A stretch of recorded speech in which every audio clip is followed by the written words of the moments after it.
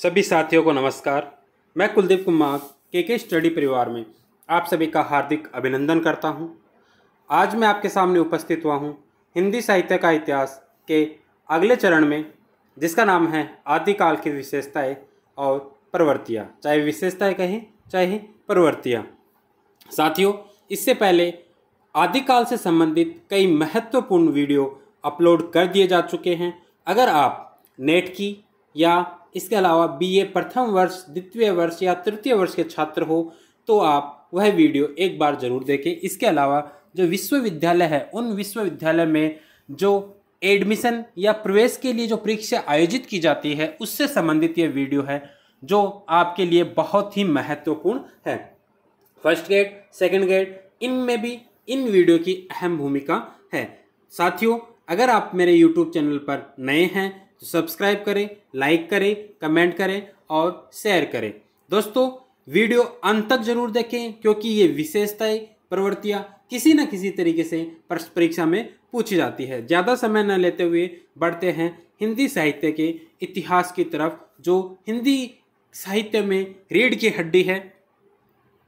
सबसे पहले चर्चा करते हैं आदिकाल की विशेषताएं, प्रवृत्तियां, रासो साहित्य की विशेषताएं। अगर इन्हें अपन रासो साहित्य की विशेषताएं कहें तो भी कोई अतिशयोक्ति नहीं होगी, क्योंकि आदिकाल में सिद्ध साहित्य, जैन साहित्य, नाथ साहित्य और रासो साहित्य की धारा चल रही थी। एक तरफ था रासो साहित्य, दूसरी तरफ था नाथ साहित्य, सिद्ध साहित्य और जैन साहित्य। तो अपन यहाँ रासो साहित्य आदिकाल में महत्वपूर्ण भूमिका के अंतर्गत आता है, तो इस कारण से रासो साहित्य की जो विशेषताएं हैं वह रासो साहित्य की विशेषताएं अपन आदिकाल की विशेषताएं भी मान सकते हैं। तो रासो साहित्य की विशेषताएं कहें, चाहे आदिकाल की विशेषताएं कहें या प्रवृत्तियां कहें, तो इसका एक वीडियो मैं आपके सामने लेकर आया हूं। आदिकाल में एक तरफ सिद्ध, जैन और नाथ कवियों द्वारा साहित्य का सृजन हुआ, तो दूसरी तरफ चारण कवियों द्वारा राजाश्रय में चरित काव्य रचे गए। चरित काव्य से आज राजाओं के चरित्र को आधार बनाकर, जो रासो साहित्य के अंतर्गत आता है, जिनका प्रधान विषय वीर गाथा रहा है। वीर गाथा रहा है प्रधान विषय। वीर गाथा अर्थात वीर रस में लिखी गई गाथाएं। इसी आधार पर आचार्य रामचंद्र शुक्ल ने आदिकाल को वीर गाथा काल भी कहा है। आदिकाल को आचार्य शुक्ल ने इसकी प्रवृत्तियों के आधार पर वीर गाथा काल कहा है, जिसकी विशेषताएं निम्न हैं। सबसे पहले विशेषता आती है वीर गाथात्मक स्वर। वीर गाथात्मक स्वर या वीर रस की प्रधानता। तो वीर गाथात्मक काव्य की प्रधानता की जो भी रासो साहित्य लिखे गए हैं, चाहे वह पृथ्वीराज रासा हो, चाहे परमाल रासो हो, ये जो रासो साहित्य लिखे गए हैं, इनकी जो कहानियों का जो स्वर है वह वीरता पूर्वक है, वीर रस में है। पृथ्वीराज रासो, कुमान रासो, परमाल रासो, बीसल देव रासो में वीर गाथा एवं वीर रस का प्राधान्य है, प्रधानता है। बीसल देव रासो ऐसी रचना है जिसमें वीर रस के साथ साथ श्रृंगार रस का भी अद्भुत समावेश किया गया है। इसके साथ साथ आदिकाल की जो पृष्ठभूमि अपन पढ़ के आए थे, सामाजिक, राजनीतिक, धार्मिक जो परिस्थितियां पढ़ के आए थे, उनमें आपने पढ़ा कि सर्वत्र जो था वह युद्ध का वातावरण बना हुआ था। किस तरह बना हुआ था, यह भी मैंने पहले वाले वीडियो में बताया है। सर्वत्र युद्ध का वातावरण बना हुआ था। युद्ध क्यों होते थे? सुंदर स्त्री की प्राप्ति करने हेतु, या साम्राज्य विस्तार की लालसा, या कभी कभी तो शौर्य प्रदर्शन करने के लिए युद्ध हो जाते थे। स्वाभाविक सी बात है कि अगर युद्ध का माहौल रहेगा तो वीरता या वीर गाथात्मक कहानियां निश्चित रूप से जन्म लेगी। युद्धों की इस घटना को चारण कवि आश्रय में रहकर सुनाया करते थे। चारण कवियों का काम क्या था कि राजाओं के आश्रय में रहकर जो राजाओं की जो शैली थी, विशेषता थी, वीरता पूर्वक कहानियां थी, उन कहानियों को वह राजाओं के दरबार में सुनाया करते थे। चारण युद्ध करने व गायन करने दोनों में पारंगत थे। समय आने पर राजाओं के साथ जाकर वह युद्ध भी किया करते थे और वह राजाओं की अतिशयोक्तिपूर्ण प्रशंसा करके राजाओं के दरबार में भी बने रहते थे। ऐसे ही लोगों की तत्कालीन समय में आवश्यकता थी। दूसरी विशेषता है युद्धों का सजीव वर्णन। अभी मैंने बताया कि चारण जो थे वह अवसर आने पर राजाओं के साथ जाकर दो दो हाथ किया करते थे या तलवारबाजी किया करते थे, युद्ध किया करते थे। तो युद्धों का जो आंखों देखा वर्णन है वह उन्होंने अपने शब्दों में लिखा है। युद्धों का वर्णन करना इन ग्रंथों की प्रमुख विशेषता है। चारण कवि लेखन के साथ साथ तलवारबाजी व युद्ध करने में भी पारंगत थे और ऐसे ही लोगों की राजा की आवश्यकता होती थी। आवश्यकता पड़ने पर आश्रयदाता के साथ रणभूमि में युद्ध किया करते थे। आंखों देखी घटनाओं को अपनी आंखों से देखते थे, जीवंत दृश्यों को चित्रित किया करते थे। स्वाभाविक बात है दोस्तों, जिस वस्तु को अपन महसूस करेंगे, जिसको अपन आंखों से देखेंगे, उसका उतना ही आकर्षक वर्णन अपन कर पाएंगे। ऐसा ही वर्णन इन चारण कवियों ने किया है। आश्रयदाताओं को युद्धों के लिए उत्तेजित करना, इनकी वीरता की प्रशंसा कर करके उनको युद्धों के लिए उत्तेजित करना भी इनकी एक प्रमुख विशेषता है। डॉक्टर श्याम सुंदर दास क्या कहते हैं कि इस काल के कवियों का युद्ध वर्णन इतना मार्मिक और सजीव हुआ है कि इनके सामने पीछे के कवियों की अनुप्रास गर्भित किंतु निर्जीव रचनाएं नकल सी जान पड़ती हैं। कर्कश पदावली के बीच वीर भावों से भरी हिंदी के आदि युग की यह कविता सारे हिंदी साहित्य में अपनी समता नहीं रखती। महत्वपूर्ण कथन है डॉक्टर श्याम सुंदर दास का।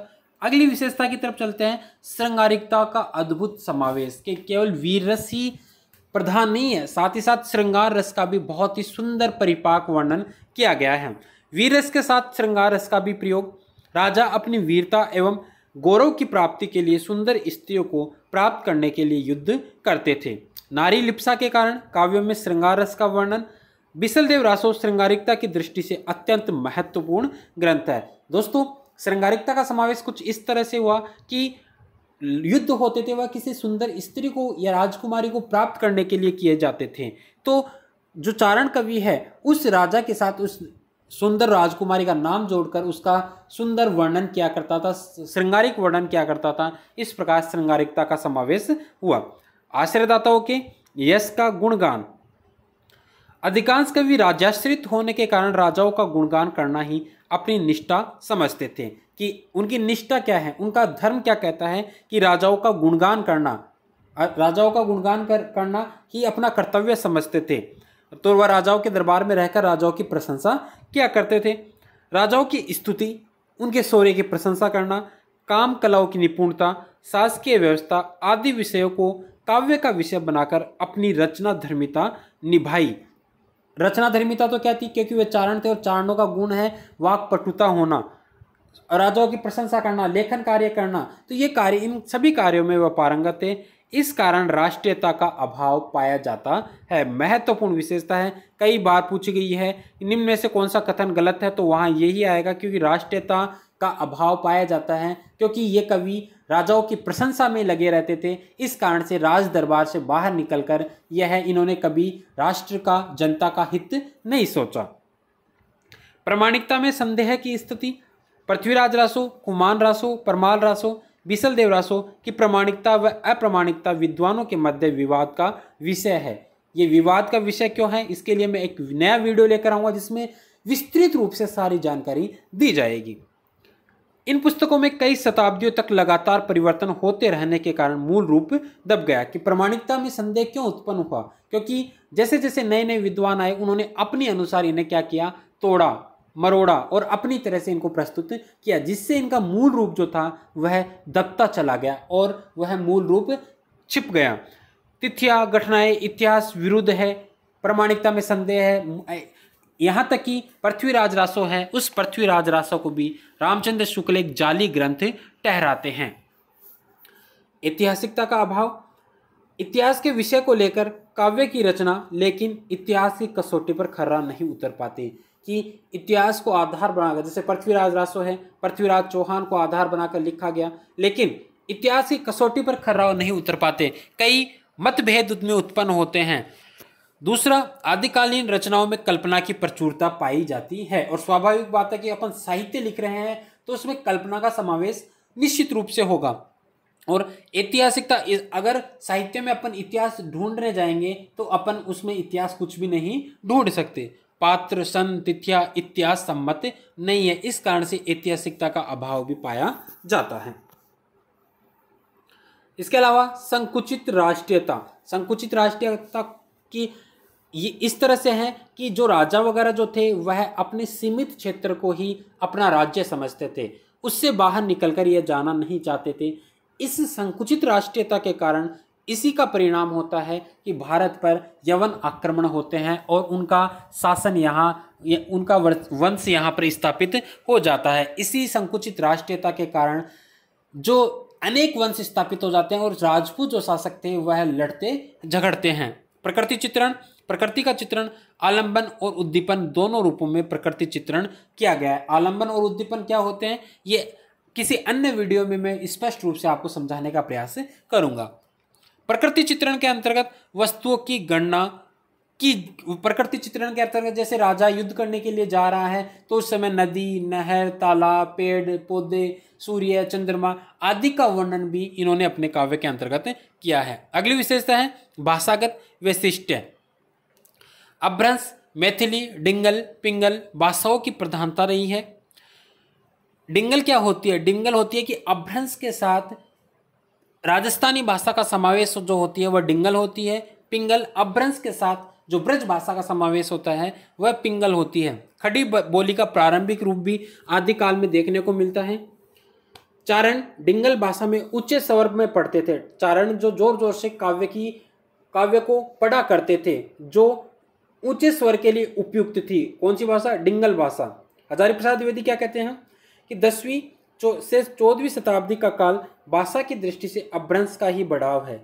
इसी अपभ्रंश के बढ़ाव को कुछ लोग उत्तरकालीन अपभ्रंश कहते हैं और कुछ लोग पुरानी हिंदी। महत्वपूर्ण कथन है, परीक्षा में पूछा जा सकता है। पुरानी हिंदी कहने में सर्वप्रथम चंद्रधर शर्मा गुलेरी ने अपभ्रंश को पुरानी हिंदी कहा था और वह जो था वह अपभ्रंश का ही बढ़ाव था। छंद की बात करें तो दोहा, सोटा, छप्पई, तोमर, तोटक, रोला, उल्लाला, कुंडलियां, गाथा, गाहा, आर्या आदि छंदों का प्रयोग आदिकालीन साहित्य में मिलता है। हजारी प्रसाद द्विवेदी क्या कहते हैं कि जब जब कोई जाति नवीन जातियों के संपर्क में आती है तब तब उसमें नई प्रवृत्तियां आती हैं, नई आधार परंपरा का प्रचलन होता है, नए काव्य रूपों की उद्भावना होती है और नए छंदों में जनहित मुखर हो उठता है। नया छंद नए मनोभाव की सूचना देता है। इस प्रकार अनेकानेक काव्य रूपों का प्रचलन आदिकालीन साहित्य की निजी विशेषता है। इसके अलावा लक्ष्मी सागर वार्ष्णेय क्या कहते हैं कि छप्पई कवित सवैया छंद है।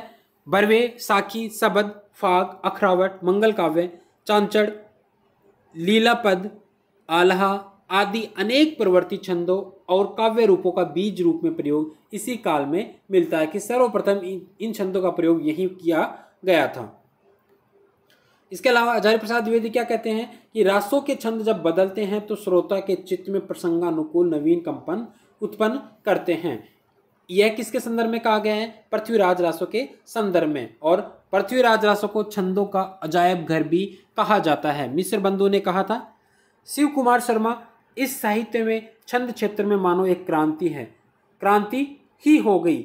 छंदों का जितना विविध मुखी प्रयोग इस साहित्य में हुआ उतना इसके पूर्ववर्ती साहित्य में नहीं हुआ। इस काल के छंद प्रयोग की सबसे उल्लेखनीय बात यही रही है कि इनका उपयोग कहीं भी चमत्कार प्रदर्शनार्थ नहीं हुआ, बल्कि इनका सदुपयोग पाठक और श्रोता की बदलती हुई चित्तवृत्ति की अनुरूपता में किया गया है। अलंकार की चर्चा करें तो अत्युक्ति व अतिशोक्ति अलंकारों पर सर्वाधिक ध्यान दिया गया है। इस प्रकार दोस्तों यह आदिकाल की विशेषताएं थी जिनको बहुत ही शानदार तरीके से यहाँ पर प्रस्तुत किया गया है। धन्यवाद।